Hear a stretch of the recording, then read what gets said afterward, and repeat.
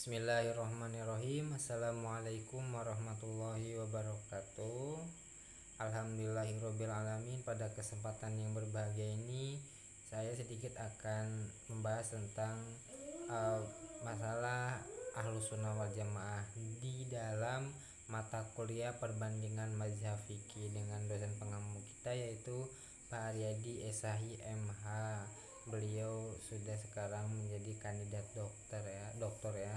Semoga cepat.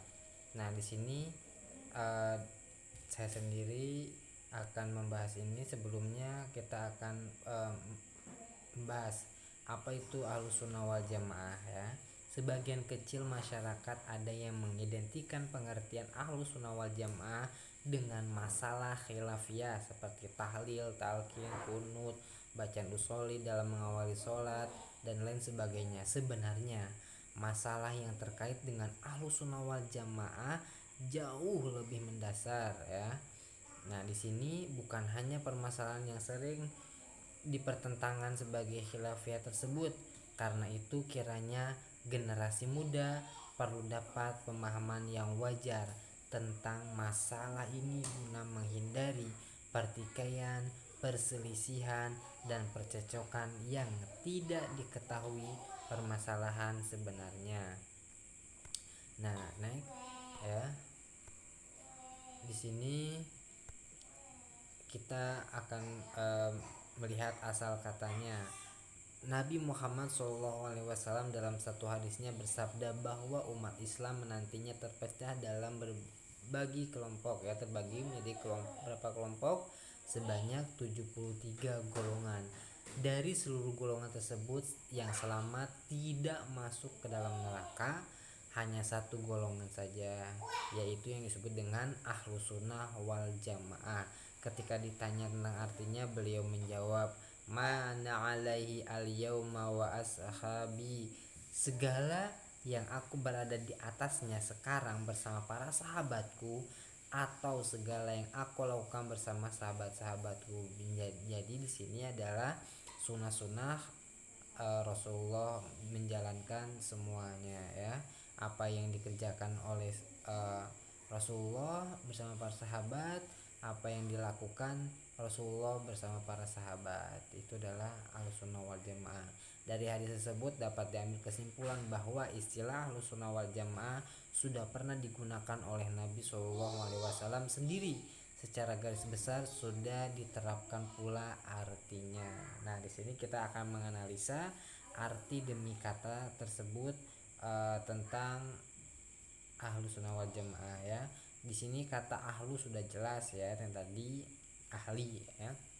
Nah, kata as-sunnah dalam arti sempit hanya mencakup hadis. Ingat, belum mencakup Al-Quran, sumber pertama dari ajaran Islam. Jadi Al-Quran ini adalah sumber pertama dari ajaran Islam. Hadis kedua ya dari ajaran Islam.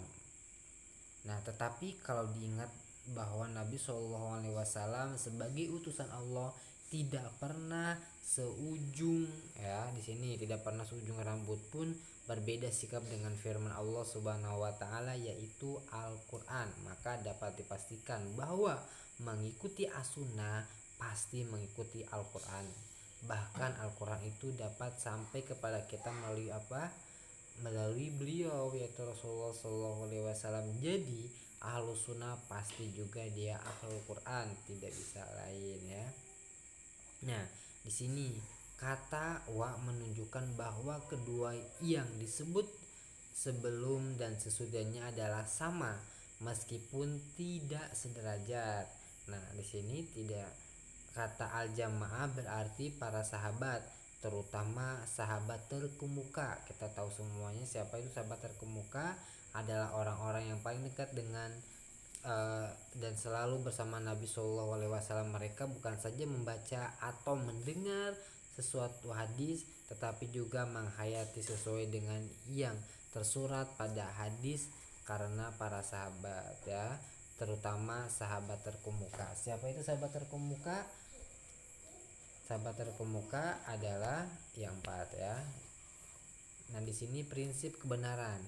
Selain perjuangan praktis, insiden mengajarkan as-sunnah wal jamaah dan menolak serangan atau menyelewengkan, mereka juga berusaha keras mempersenjatai umat Islam dengan prinsip, metode, atau haluan untuk tetap berada pada garis kebenaran, yaitu sunnah wal jamaah, agar terbentangi dari penyelewengan. Metode atau doman yang dimaksud antara lain adalah nas, yaitu ada yang nas qot'i yaitu Al-Quran dan Al-Hadis sahih yang jelas tegas artinya selalu didahulukan. Ar-ra'yu, akal pikiran, dipergunakan dalam hal nas tidak qot'i atau tidak ada ya nasnya. Nah, di sini penggunaan ar-ra'yu untuk menyimpulkan hukum agama yang lazim disebut ijtihad, hanya dilakukan oleh mereka yang memenuhi syarat yang ketat supaya hasilnya selalu berada pada garis kebenaran as-sunnah wal jamaah. Ya, lanjut. Ini ada ahli yang tidak mampu memenuhi syarat tersebut dipersilahkan mengikuti hasil ijtihad para sahabat ahli yang memenuhi syarat. Sikap tawasud yaitu sikap yang tegak lurus, yang tidak membelok ke kanan ataupun ke kiri, ya. Sikap tawazun yaitu sikap yang berkesinambungan, yang tidak berat sebelah, harus selalu menjadi pedoman dalam segala hal ketika menghadapi segala masalah agar tidak terjerumus kepada penyelewengan. Kita lanjut. Di sini ada metode yang dibekali oleh para ulama salaf solihin mukhlisin kepada umat Islam adalah agar selalu berada pada garis kebenaran as-sunnah wal jamaah. Tokoh yang paling terkenal di kalangan Islam yang pendapat dan hasil ijtihadnya diakui oleh dunia Islam sepanjang sejarah sebagai pendapat yang berada pada garis kebenaran as-sunnah wal jamaah antara lain di bidang akidah, tauhid ataupun kepercayaan Imam Abu Hasan al-Asy'ari, Imam Abu Mansur al-Maturidi. Dan di sini di bidang asyariah atau fikih atau hukum seperti Imam Malik, Imam Hanafi, Imam Syafi'i dan Imam Hambali. Nah, perilaku as-sunnah wal jamaah. Nah, seorang ahlus sunnah wal jamaah dalam realisasi konkret berperilaku sebagai berikut. Mula-mula belajar pada seorang ulama atau guru agama yang memberikan pelajaran berdasarkan hasil ijtihad seorang mujtahid dan menerima kebenaran semua pelajaran tersebut. Kemudian mempelajari dalil yang menjadi dasar pembelajaran tersebut sehingga lebih mantap. Bagi yang berkemampuan atau berkesempatan dapat dilanjutkan dengan memperbandingkan sesuatu pendapat dengan pendapat lain, menilai argumentasinya dan seterusnya. Mungkin kalau benar-benar dapat mencapai syarat-syarat kemampuan dan keikhlasan dapat beristihad sendiri, tetapi pada umumnya hanya sampai kepada kemampuan, ya, punya pendapat sendiri di dalam satu hal, tetapi masih dalam rangkaian pendapat para mustahid sebelumnya.